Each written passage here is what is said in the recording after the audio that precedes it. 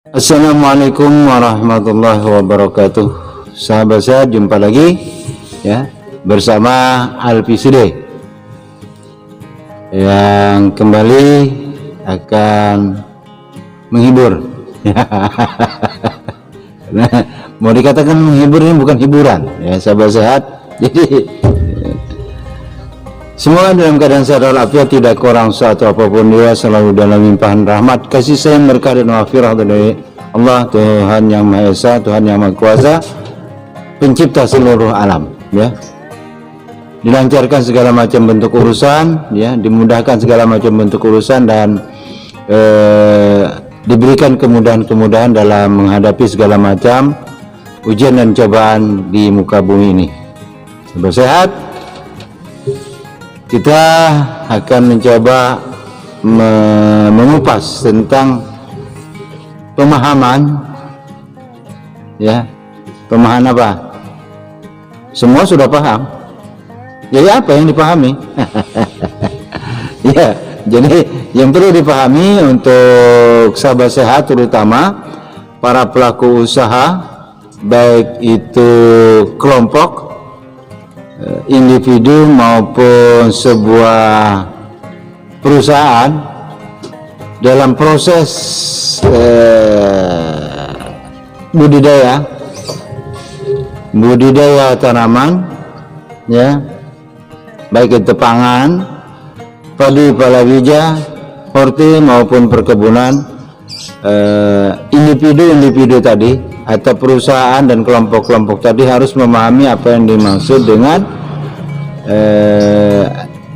GAP atau Good Agricultural Practices, atau cara budidaya tanaman yang baik, agar apa? Agar proses budidaya yang dilakukan ini benar-benar menghasilkan produk yang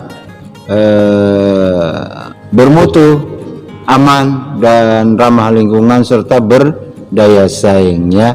Jadi pemahaman GAP, yaitu GAP ini merupakan sebuah panduan umum dalam melaksanakan proses budidaya pertanian ya.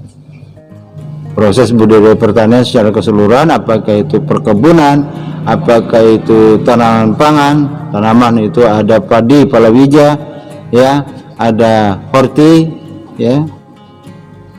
Jadi panduan secara umum dalam melaksanakan proses budidaya secara benar dan tepat untuk apa ya. Jadi dengan penerapan GAP secara benar, secara tepat oleh para pelaku usaha, itu akan mencapai sebuah hasil. Pertama, peningkatan produksi ya, artinya akan memberikan produktivitas yang tinggi ya. Jadi karena apa? Karena pertama, proses pembuatan atau pengolahan tanah itu harus ramah lingkungan, artinya paling tidak itu pengurangan atau mengurangi penggunaan bahan-bahan kimia berupa pestisida ataupun pupuk anorganik ya.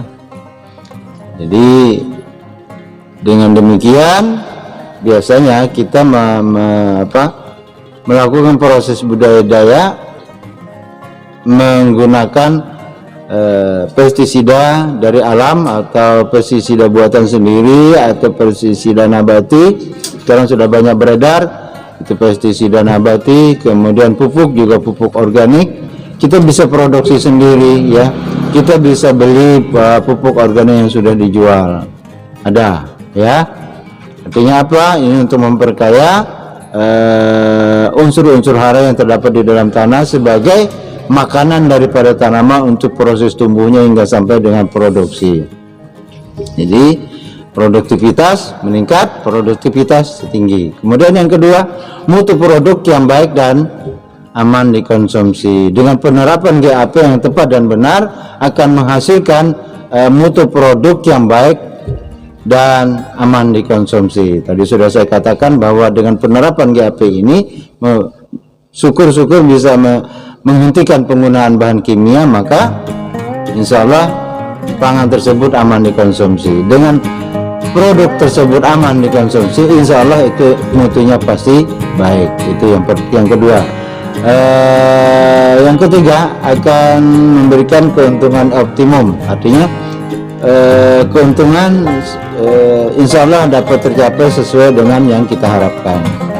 Kemudian yang keempat yaitu penerapan GAP atau pemahaman dalam penerapan GAP ini harus bisa ramah lingkungan, ya, artinya tidak mencemari lingkungan dengan bahan-bahan kimia yang berbahaya. Yang kelima, memperhatikan aspek keamanan, keselamatan dan kesehatan kerja oleh pelaku usaha itu sendiri, karena di awal sudah kita singgung bahwa kecelakaan kerja yang terjadi dalam proses budidaya tanaman di bidang pertanian itu hampir sampai dengan 80% kecelakaan kerja dialami oleh para pelaku usaha. Karena apa? Karena penggunaan bahan-bahan kimia yang berbahaya, yang kadang-kadang para pelaku usaha itu ingin cepat, ingin praktis, lupa menggunakan masker, lupa menggunakan sarung tangan sambil merokok, kemudian mencampur pestisida itu di dalam sebuah wadah, dalam ember dengan ukuran yang diperkirakan jumlahnya berapa, kadang-kadang semaunya saja, kemudian diaduk dengan tangan, kemudian kadang-kadang bisa juga dicampur dengan beberapa jenis pestisida yang berdampak buruk, apalagi itu tidak memahami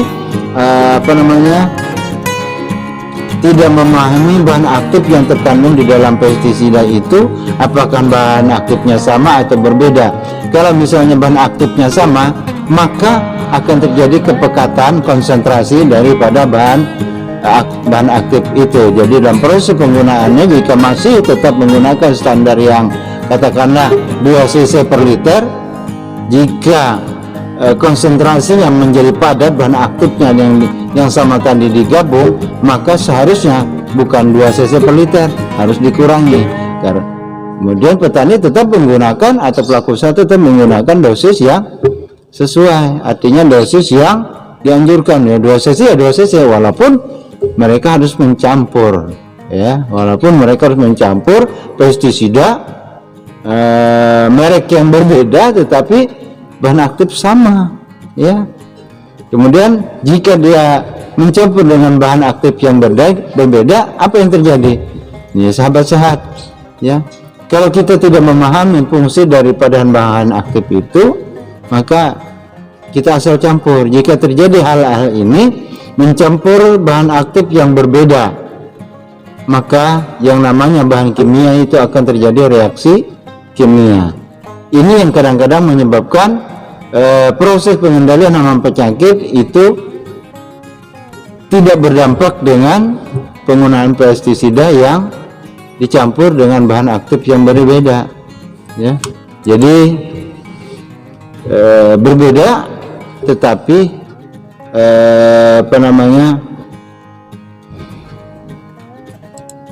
tidak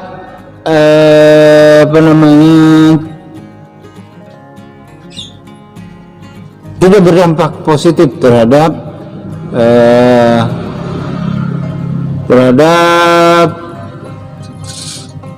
hama penyakit yang kita kendalikan. Itu sahabat sehat. Kemudian yang ke-6, usaha produksi yang berkelanjutan. Artinya apa? Dengan proses budidaya yang ramah lingkungan, ya, insya Allah lahan yang kita budidayakan itu bisa berkelanjutan. Kenapa demikian? Karena tanah yang ditanami sebagai media tumbuh daripada tanaman itu tidak tercemar dengan bahan-bahan kimia, ya. Artinya lahan tanah sebagai media tumbuh daripada tanaman terhindar dari cemaran-cemaran kimia, maka mikroorganisme yang ada di dalam tanah yang mampu mengurai bahan-bahan yang dibutuhkan oleh tanaman, itu tidak rusak, tidak mati, dan tidak punah, sehingga usaha produksi bisa berlanjut dengan menggunakan lokasi lahan yang telah kita tetapkan. Sahabat sehat, semoga dapat dipahami, semoga dapat dimengerti, terutama untuk para pelaku usaha, baik itu pelaku usaha mandiri, perorangan, kelompok tani, gapok tani, ya, ataupun sebuah perusahaan yang bergerak di bidang budidaya tanaman. Cakupan yang ke-6 sahabat sehat adalah yaitu mendorong petani dan kelompok tani untuk memiliki sikap mental yang bertanggung jawab terhadap produk yang mereka hasilkan, baik itu dari segi kesehatan, keamanan, keamanan diri dan lingkungan. Ya, di atas, di depan kita sudah jelaskan dengan penerapan cara budidaya tanaman yang baik melalui GAP, maka cakupan yang ke-6 yaitu mendorong sikap mental para pelaku usaha agar mampu dan bisa bertanggung jawab terhadap produk yang mereka hasilkan. Tanggung jawabnya di mana? Ya, terhadap kesehatan, terhadap keamanan, serta terhadap lingkungan. Ya, jadi itu cakupan yang ke-6. Dan yang ke-7 itu meningkatkan daya saing dan peluang penerimaan di pasar internasional maupun domestik. Ya, jadi dengan proses penerapan GAP yang benar, yang tepat, ya, dan menggunakan SOP dengan SSOP-nya, maka jika ini dilakukan dengan tepat dan benar, maka produk yang dihasilkan oleh para pelaku usaha, produk yang dihasilkan oleh para petani itu akan mampu berdaya saing yang lebih baik di pasar domestik maupun internasional. Itu yang ke-7. Yang ke-8, memberi jaminan keamanan terhadap konsumen. Jaminan keamanan apa? Ya, jaminan keamanan terhadap cemaran-cemaran bahan kimia maupun biologi yang terkandung di dalam pangan yang dipasarkan. Dan yang ke-9, meningkatkan kesejahteraan pekerja. Ya, artinya apa?